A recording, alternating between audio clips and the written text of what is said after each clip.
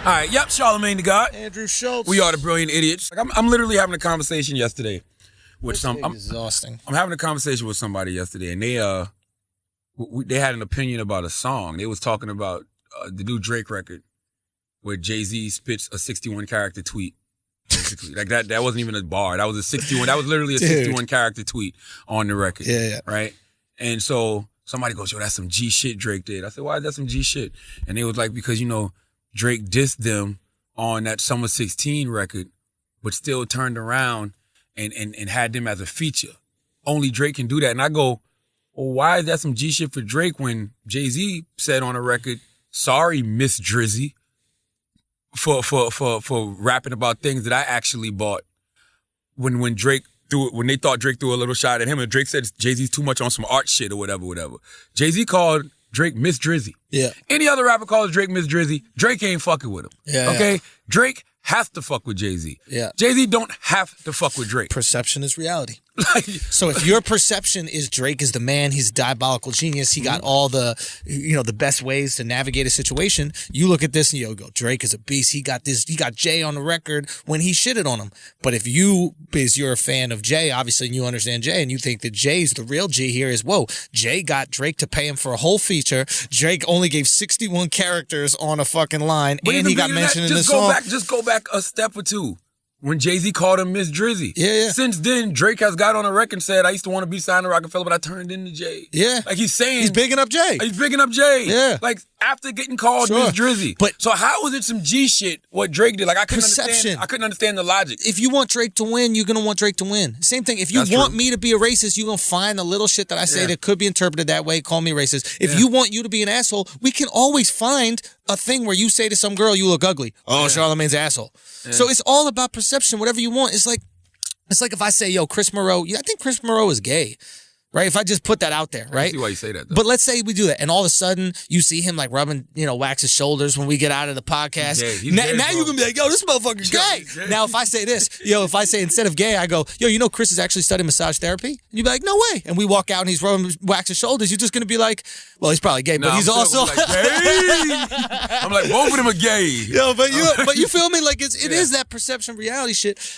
You know what the craziest thing about the whole this whole art music dropping this week is we had a Canadian artist that got a lot of there's famous, like the most famous Canadian one of the most famous artists. He's the second most famous Canadian ever. All right, fair enough. Wolverine is the first. Sure. But we have just this week, Canadian artist steals another culture, gets incredibly lambasted throughout the media. Who? Right?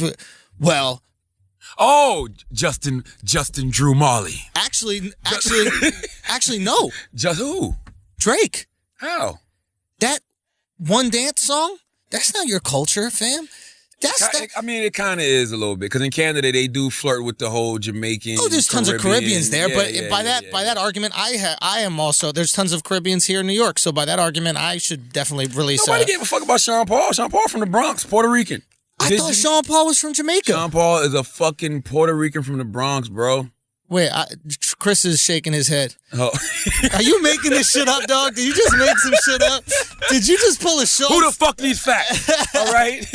No. Tell me Sean Paul don't look like a Puerto Rican from the Bronx. That motherfucker look like a Puerto Rican from the Bronx. Get the fuck out of here with that. He got a Honda Civic with the whole flag in the back window. He got that frog character on at least 3 keychains. He got the age with his hairline receding, but he's holding on to the braids. He's holding all that shit. He got a shirt with mad fake diamond studs on the back of it. Dude, he got it. He got the whole True Religion jeans set up. I don't like the Drake records, by the way. Okay. I like the one with Jay and Kanye. It's decent. It's cool. It's all right. But Drake's not breaking no new ground, bro. Let's discuss that. Let's discuss it because I want to go back to the whole cultural appropriation thing in a sec. But let's discuss that. The songs were all right. Decent. Yeah. That's just decent. Like that Channing Tatum line is so fucking corny. But here's the thing. That shit had me scratching my head for I'm like, Channing Tatum wears chains? Yeah, dude. I was Googling Channing Tatum chains to see if he did a movie where he wore a bunch of chains. But it shows you how much respect that we have for Drake's bars, regardless of who is writing them, that we hear a basic-ass line and go, hold up, no, I missed some shit. I must have missed some shit because there's no way you would release a line that basic. Maybe Quentin Miller did get the shit kicked out of him by Meek and his crew, because if he's writing lines like this, he needs a new ghostwriter. Drake needs a new one immediately. If you look at my computer right now, you'll probably see me Googling a bunch of motherfucking chains. So the line is I was thinking about Magic Mike, and I was like, did he wear chains in Magic Mike? I got so many, I got so many chains, they call me Channing Tatum. Channing Tatum. No. It was too much of a reach. I've never heard Drake reach like that ever in my life. But I don't get it. I don't get it either. Is a Tatum something that we don't know about? No, clearly you're talking about this artist. Listen, that record is decent. I mean, just with the beat, the bars. The beat is hard. It's cool. The beat is hard. But the other two records he put out, fought on those. One Dance. Fought on them. One Dance, and the other one called Coachella or Cold. I don't know. I Googled Control. Controller. That's what it is. Is it Controller? I just Googled Control and I couldn't get it. Know. All I know is I'm not feeling them shit. I don't feel like Drake is breaking no new ground right now. Like he's on the genesis of Views from the Six. Drake needs a classic album, bro. If Drake don't give us a classic album, we're gonna have to start having some other conversations. Like, he's a great star, but we can't put him in those conversations with the best ever. A lot of people don't want to put him in those conversations now because of the whole ghostwriter allegations. Yeah. But we need a classic record, bro. If not, you just a great entertainer. You're a great artist. You're going to sell a lot of records. You're going to end up being the next Will Smith because you're going to be an actor and all that. But other than that, nah. Why do you think that he always needs to prove himself? All artists do. Do they? We let Nas put out 3 bad albums in a row. It wasn't 3. Why do you, who are you? What 3 albums in a row did he put out that were bad? Okay. Loved, Illmatic. Classic. It was written, dope. Classic. I Am... Great. Really great. Nostradamus. Garbage. Next was... Stillmatic, dope. 2 bad albums in a row. We let him put 2 bad albums in a row. Not even 2. I Am and Nostradamus. I Am dope, man. I Am got Hate Me Now on there. I Am got Ghetto Prisoners Rise. I Am got the joint with Aaliyah. You Won't See Me Tonight. I love the I Am album. I wasn't a huge fan. I love I Am. You Can Hate Me Now, dope, but I wasn't a big fan. But... Stillmatic great. So we let him put 2 shitty ones, and then he came back hard. Stillmatic might be the best. Godson, Hip Hop Is Dead, the Nigga album. No. Then he got too artsy. It no, became man. too jazz Nas is dope. like Nas is one of those guys that can rap until he's 60 because of his content. And because nobody will buy the albums anyway, so it doesn't matter. I don't know, man. Nas is a cultural icon. Nas has not put out an album that hasn't gone platinum. People fuck with Nas. Nas has a cult-like Nas following. hasn't put out an album that hasn't gone platinum? Nope. Are you sure of that? Positive. Even the latest albums have gone platinum? He ain't dropped in 5-6 years. The last album he put out was... What was the last album Nas put out? Was it the Nigga album? I know he put out the joint with the Marley dude. Let me Google that. What was the last Nas solo album? Nas didn't put out an album in like 5 years. My point is, we're talking about Drake like he has the potential to fuck up his legacy constantly. Do you think that is because he's... Why do you think that is? Because of the ghostwriter allegations. So without the ghostwriter allegations, it's fine. But because we have the ghostwriter allegations, the bar has been set much higher for his greatness? No, because he has the ghostwriter allegations, people are trying to figure out, damn, so what's you and what hasn't been you? How much credit can we actually give you? How long have you been doing this? You know what I'm saying? Yeah. Like all of that shit I liked from like So Far Gone or, you know, any of the albums you put out, did you really write this shit? Yeah. You know what I mean? Like, who really are you? So people are just questioning. It's like a baseball player who's on steroids.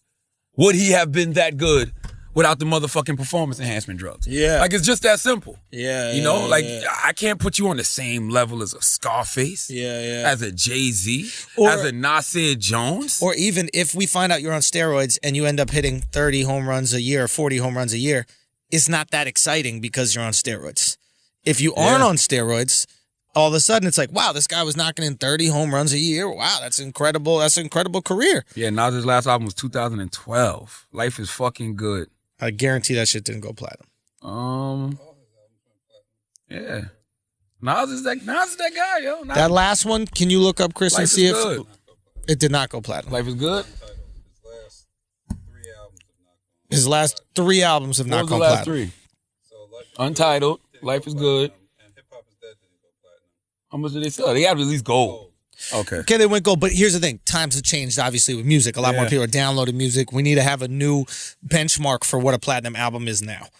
They do. They changed it. It's the streaming now. It's streaming, right? Yeah, something to do with the streams. I forgot how many streams. As it should be. It's silly that we should compare albums like that. The market has changed. You can't. You just can't. But yeah, you can't put Drake in those conversations.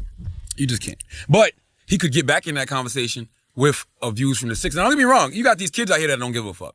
All these millennials that fuck with Drake, they don't give a fuck about who wrote what, when they wrote it, how they wrote it. They don't give a fuck about none of that shit. Drake is their guy. Yeah. And that's cool. But I've seen better. Yeah. But I'm older. So I've seen better. I grew up in that era. Yeah. That's why when I say Steph Curry is the second greatest player of all time that I've seen, you might want to listen to me. Yeah. Because we've seen it. Because I've seen both. You know what I'm saying? You grew up on Drake. You grew up on Drake. So I can't knock you for that. Yeah. And I'm not even saying Drake's not good. He is. It's like I grew up on Lucky Charms. You're not going to tell me Honey Bunches of Oats is a better cereal. You know what I mean? That's what I grew up on. Bro. You know, when they put the magic marshmallow in, forget it. I ain't stopped eating Lucky Charms in my 20s. only because. Even now, I be in the grocery store, I see that shit like, woo! Put my daughter onto this so I can have a reason to have this in the house. Can my stomach handle whole milk? That's what I worry about now. I'll be like, but I put almond milk in my cereal, but the only reason I fuck with Lucky Charms is they too fattening. But first of all, I already loved Lucky Charms. Lucky Charms was a delicacy.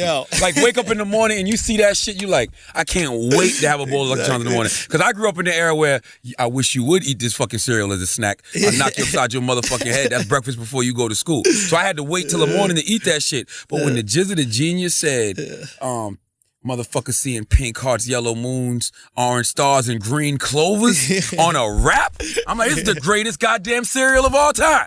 I didn't stop eating Lucky Charms until my 20s. Frosted Flakes, all that. Frosted Flakes, stopped eating in my early 30s. Done with that. Like, I literally just stopped eating that kind of fucked up cereal and shit, yo. CC Sabathia made me stop eating Cinnamon Toast Crunch. Why would and Frosted Flakes. Because he said that, I read an article where he said he had lost like 30 pounds. And they asked him how he did it. He said, I stopped eating motherfucking Frosted Flakes every day. Bro, they can't. There's all these drugs and shit right now to get kids to listen in school. You know, all these kids got ADD and all this shit like that. How do they not realize that kids are not going to pay attention if they eat 1,000 calories of sugar right before they go to school? What's so fucked up? Dude, one bowl of Lucky Charms is kids, 1,000 calories of pure sugar. Little kids, I don't know, in black households, you would hear that. You'd hear the... Nah, I don't give. It's too late for no sugar. He ain't gonna go to sleep. It's too late for no motherfucking sugar. But in the morning, you just pump me full of sugar, then send me over to a substitute teacher. And then wonder why I can't keep in class. Dude, of course we gonna fight the security guard if I ate a bowl of Frosted Flakes and Lucky Charms in the morning. I'm already a crack baby. Okay, I'm already a motherfucking crack baby. My ankle, I just fucked my ankle up. I heard it snap. And now you're gonna pump me full of sugar and send me off to school? Stop it. Fuck out of here, man. And wonder why me and the teacher rolling around on the ground on World Star. Exactly. Give him a banana and an apple, then send him to school. He'll be all right. All right, time for a quick word from our friend Tristan Walker and the good people at Bevel, the first and only shaving system designed specifically for coarse curly hair and sensitive skin. Question: if a white person uses Bevel, is that cultural appropriation? Since this is made for people with coarse curly hair and sensitive skin. What if that white person has coarse curly hair? That is true. Oh, we addressed that in the script. Chris just said he's ahead of us. All right, let's go. Salute to Maxi Million. Who tweeted, just subscribe to Bevel using that code from the Brilliant Idiots, about to test this out. Hope C to God and Andrew Schultz aren't full of shit. Yes, we are, Max, but when have you ever known the Brilliant Idiots to be full of shit when it comes to trying to sell you something, okay?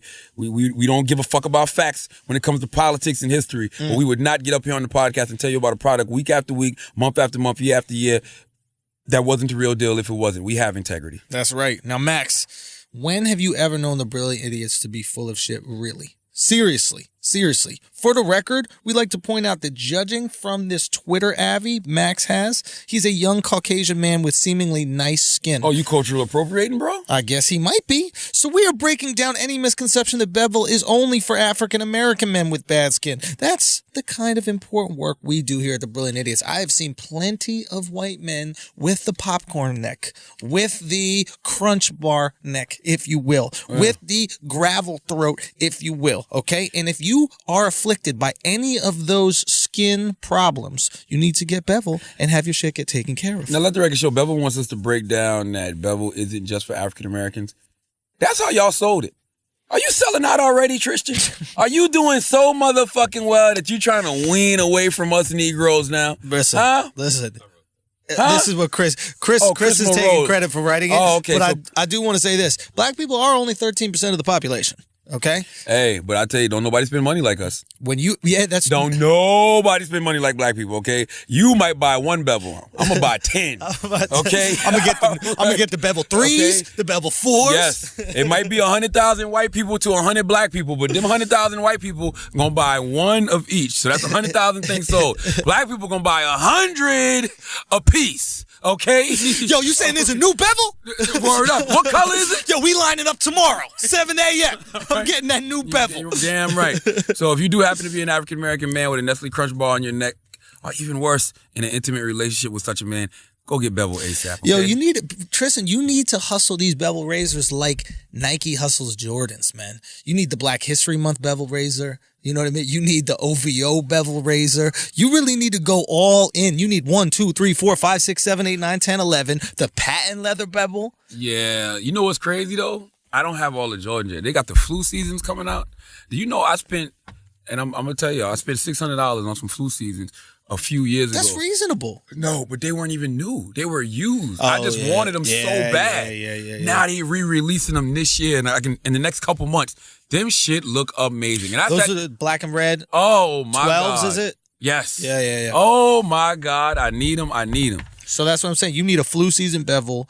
You really need all this shit. You really need to go in. Let's have a serious conversation where we build, okay? But in the meantime, go check out Bevel. GetBevel.com today. GetBevel.com today. Use the code FREEIDIOTS to get your first month of Bevel membership free at GetBevel.com. That's GetBevel.com. But hustle, because that's only good for the first 200 listeners that respond. That's GetBevel.com. Now let's get back to this shit.